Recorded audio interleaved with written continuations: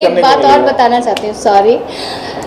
हम लोग सेट पे बस कोशिश करते थे कि इनको ज़्यादा से ज़्यादा बदसूरत बनाए। आज की डेट में ऐसा है कि अगर हम किसी भी एक आर्टिस्ट के साथ 2 पिक्चर्स कर दे या 2 गाना करते तो ऐसे ही बातें वाया वाया फैलते रहती है, तो उससे कोई फ़र्क नहीं पड़ता है। हमें पता है हम क्या है, तो इससे मुझे कोई फ़र्क नहीं पड़ता। ये मेरे मित्र हैं और हमेशा ही रहेंगे। और मुझे नहीं लगता है कि नीलम जी किसी भी इंडस्ट्री के, आप किसी भी हीरो का नाम लीजिए जिनके साथ उन्होंने काम नहीं किया होगा या नहीं कर रही होंगी, तो वो तो होता है, बट हर आर्टिस्ट साथ काम कर रही है। रमेश भाई, इन्होंने तो क्लियर कर दिया कि फर्क नहीं पड़ता। आप तो शादीशुदा हो, आपको कोई फर्क पड़ता है इन उम्र से? देखिए, र्यूमर तो जैसा कि उन्होंने कहा कि अगर आप ज़्यादा काम करते हैं, ज़्यादा गाना करते हैं, ज़्यादा फिल्में करते हैं तो र्यूमर फैलता है, या लोग बोलते हैं कि बेस्ट फ्रेंड है, तो उससे फ़र्क नहीं पड़ता है। क्योंकि सबको पता है कि अगर आज हम लोग साथ में ज़्यादा काम कर रहे हैं तो लोग बोलेंगे कि इनका कुछ र्यूमर है। यही अब अगर 4 फिल्म किसी और आर्टिस्ट साथ अगर कर देंगे तो उनके साथ बोलेंगे, तो उसका कोई मतलब नहीं। और रमेश भाई, जहाँ पर लोग हैंडसम नहीं दिखते थे, उन्हें हैंडसम दिखाने की कोशिश की जाती थी। अब आप हैंडसम अच्छे खासे दिखते हैं।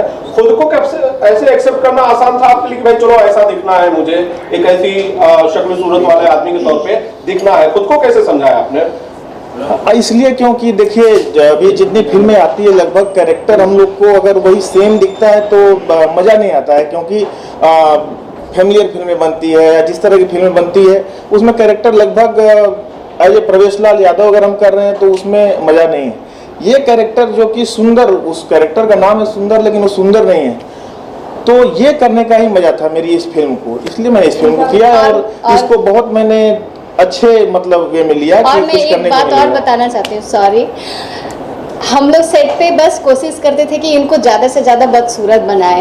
ये पहली बार है, मैं ये कह सकता हूँ, क्योंकि जस्ट मैरिड जो है ये फिल्म विशाल भाई ने डायरेक्ट किया है। रिंकू भाई ने, हमारे जो बहुत अच्छे मित्र हैं, मुकेश जी इसके प्रोड्यूसर हैं। और पहली बार मैंने इसलिए बोला क्योंकि इस तरह का सब्जेक्ट, इस तरह का किरदार मैंने पहली बार किया है। जस्ट मैरिड में अभी तक दर्शकों ने जो मुझे 50 फिल्मों में लगभग देखा है, मुझे लगता है जस्ट मैरिड मेरी ऐसी फिल्म होगी जिसमें मैं अलग किरदार में दिखूंगा, अलग रूप में दिखूंगा। ये सिनेमाघरों में 16 तारीख को रिलीज हो रही है उत्तर प्रदेश के। तो मैं चाहूँगा कि जितने दर्शक हैं जो हमें चाहने वाले हैं, नीलम जी को चाहने वाले हैं, भोजपुरी को चाहने वाले हैं, वो इस फिल्म को एक बार ज़रूर देखें। क्योंकि हम लोग कोशिश करते हैं कुछ नया करने की, कुछ अलग करने की, लेकिन आगे वो कंटिन्यू तभी होता है जब हम सफल होते हैं। तो मेरा दर्शकों से नम्र निवेदन है कि एक बार जस्ट मैरिड को आप लोग सिनेमाघरों में जाके ज़रूर देखिए 16 तारीख को उत्तर प्रदेश के सिनेमाघरों में, और अपना आशीर्वाद प्यार दीजिए ताकि आगे भी विशाल भाई इससे अच्छी फिल्में बनाएं, मुकेश भाई इससे अच्छी फिल्में बनाएं, मैं इससे अच्छा किरदार करूं और आप लोग को फिर मैं फुल एंटरटेनमेंट दे पाऊँ। प्रवेश सर, क्या जहन में थी जब प्रोड्यूसर या डायरेक्टर ने आपको ब्रीफ किया एक पुरुष व्यक्ति का रोल अदा करना है, जो कि आप है नहीं, हैंडसम है, तो क्या कुछ माइंड में थी? बहुत सही सवाल है ये। जब सब्जेक्ट मुझे विशाल भाई ने सुनाया था तो मैं फिल्म किया इसलिए कि मैं ऐसा किरदार पहली बार कर रहा था। क्योंकि जब हम लोग खूबसूरत हीरो को सजाया जाता है, अच्छे कपड़े पहनाए जाते हैं, अच्छा मेकअप किया जाता है, अच्छे से प्रेजेंट किया जाता है, तो लगता है कि चलो हीरो बनाया जा सकता है। लेकिन जब वही बात है कि ग्रुप अगर दिखना होता है तो थोड़ा सा मेहनत करनी पड़ती है, एक्टिंग करनी पड़ती है। और मुझे लगा कि इसमें मुझे एक्टिंग करना है और इसमें मेरे लिए कुछ करने के लिए है, और मैं एज एन एक्टर भी हमेशा वही किरदार करना चाहता हूँ जिसमें मुझे कुछ करने के लिए हो, ताकि मैं कुछ मेहनत करूँ और दर्शकों को पसंद आए। तो मेरी ये फिल्म करने का सिर्फ एक ही रीज़न था कि इसमें मेरा कैरेक्टर बिल्कुल अलग था, जो मैंने आज तक अपनी 50 फिल्मों में नहीं किया था। नीलम मैम, क्या कुछ कैसी आपस में आप लोग की बॉन्डिंग शेयर करते हैं? क्योंकि आप लोग के गाने हिट होते हैं, फिल्म हिट होती है, जरा कुछ बताना चाहें कि किस तरह की बॉन्डिंग शेयर करते हैं आप? जैसे कि आप लोग जानते हैं कि हमारा जो फेयर है वो दर्शकों को बहुत पसंद है, तो फिर से एक बार हम लोग मूवी में दिखाई दिए। और ये जो कैरेक्टर है एकदम से बबली लड़की जो एकदम सीरियस हो जाती है अपने सिचुएशंस को लेके, तो ये मेरे लिए भी बहुत चैलेंजिंग रोल था। और मैंने तो बस कोशिश किया है कि मैं बेटर कर पाऊँ। और मुझे बहुत अच्छा लगा। इनफैक्ट जब सर ने ये सब्जेक्ट सुनाया था तो मुझे ऐसा लगा था कि यार मुझे ये करना चाहिए, बिकॉज एक आर्टिस्ट के लिए अपॉर्चुनिटीज़ होती है, तो ये अपॉर्चुनिटी मुझे मिला तो मुझे बिल्कुल भी छोड़ना नहीं था। तो मैं एकदम से उसको मैंने अपना 101% इसमें कंट्रीब्यूट किया है। और मैं एक चीज़ कहना चाहूँगा कि ये कैरेक्टर करने मेरा या नीलम जी का जो था वो सिर्फ इसलिए था कि इसमें विशाल जी जो इसके डायरेक्टर हैं, हाँ, कभी भी आपका कैप्टन हमने 50 फिल्में किया है लेकिन 50 किरदार किए हैं। 50 फिल्मों में कुछ में खराब एक्टिंग भी किया होगा, कुछ में अच्छी एक्टिंग किया होगा। वो सब डिपेंड करता है डायरेक्टर पे जो कैप्टन होता है, क्योंकि कैप्टन जैसे टीम को लेके चलता है वैसे प्लेयर खेलते हैं। तो हम लोग तो प्लेयर हैं, हमारा कैप्टन इतना अच्छा है और इतना उनको क्लियर रहते हैं कि भाई बेटा तेरा यही है, हीरो मत बन, तू ना इसमें वो सी दिखने वाला है तो तू सी ही दिख। तो वो बहुत होता है जो कंट्रोल बहुत कम डायरेक्टरों को होता है। तो विशाल भाई को मैं इसके लिए बहुत अप्रिशिएट करता हूं कि वो अपने किरदार को, अपने कैरेक्टर को पकड़ के रखते हैं कि भाई यही करना है, अपने को हीरो नहीं बनना है। सर प्लेयर की बात कर रहे हैं आप, क्रिकेट जो ग्राउंड पे तो चौके छक्के लगाते हैं और नो डाउट यहाँ तो छक्के लगाए हैं। किस तरह की जो आपके जो चाहने वाले हैं किस तरह की बातें कर रहे हैं, क्या रिस्पॉन्स आ रहा है इस फिल्म को लेकर? जी, इसका ट्रेलर अभी रिलीज हुआ है गिरिराज म्यूजिक पे और दर्शकों का बहुत ही अच्छा उसमें प्यार मिल रहा है। आप लोग अगर इस पे उसके कमेंट सेक्शन में जाके देखेंगे तो ये बात हम लोगों को पढ़ने के लिए मिलती है कि बहुत अच्छा है, भोजपुरी में पहली बार है, ऐसा सिनेमा आना चाहिए। तो बात यह है कि हम सब लोग बात तो करते हैं कि ऐसी सिनेमा आना चाहिए, ऐसा बनना चाहिए, वैसा बनना चाहिए, लेकिन बनाएगा कौन?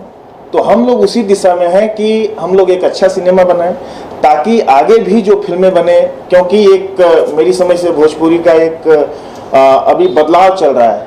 तो आगे जो बदलाव होगा ये सब एक सीढ़ी है, जस्ट मैरिड एक सीढ़ी है, इसके बाद एक और फिल्म अच्छी आएगी, उसके बाद कोई फिल्म आएगी।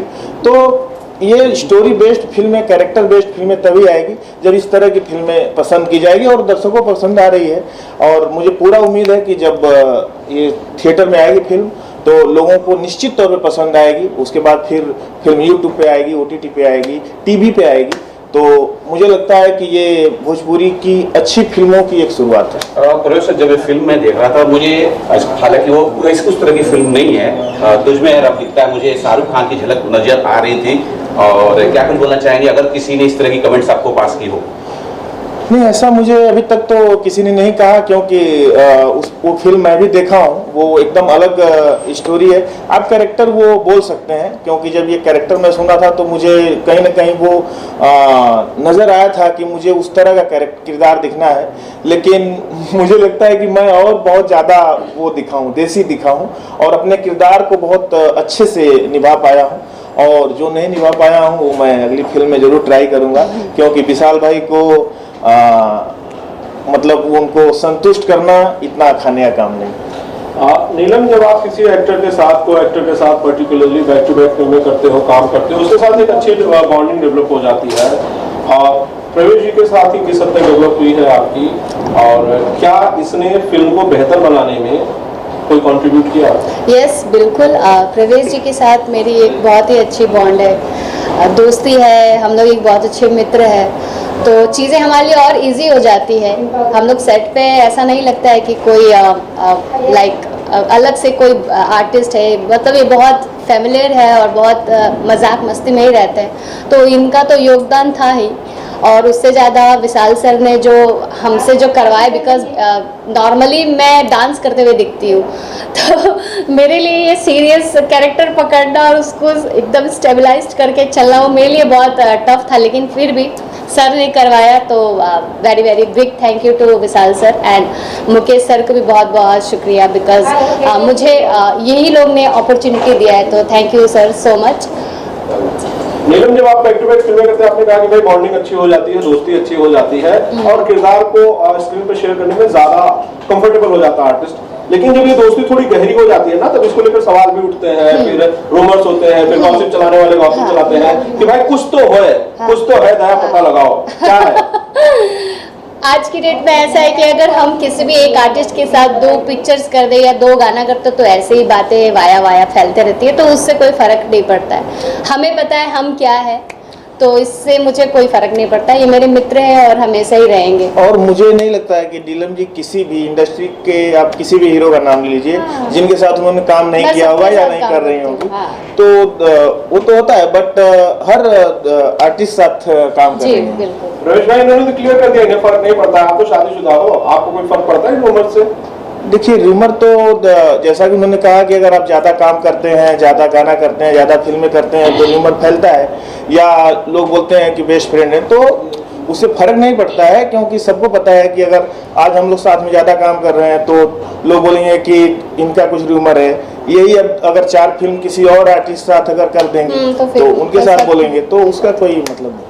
अब रमेश भाई जहां पर लोग हैंडसम नहीं दिखते थे, उन्हें हैंडसम दिखाने की कोशिश की जाती थी, अब आप हैंडसम अच्छे खासे दिखते हैं। खुद को कैसे ऐसे एक्सेप्ट करना आसान था आपके लिए कि भाई चलो ऐसा दिखना है, मुझे एक ऐसी शक्ल सूरत वाले आदमी के तौर पे दिखना है, खुद को कैसे समझाया आपने? इसलिए क्योंकि देखिए अभी जितनी फिल्में आती है लगभग कैरेक्टर हम लोग को अगर वही सेम दिखता है तो मज़ा नहीं आता है। क्योंकि फैमिलियर फिल्में बनती है या जिस तरह की फिल्में बनती है उसमें कैरेक्टर लगभग एज ए प्रवेश लाल यादव अगर हम कर रहे हैं तो उसमें मज़ा नहीं है।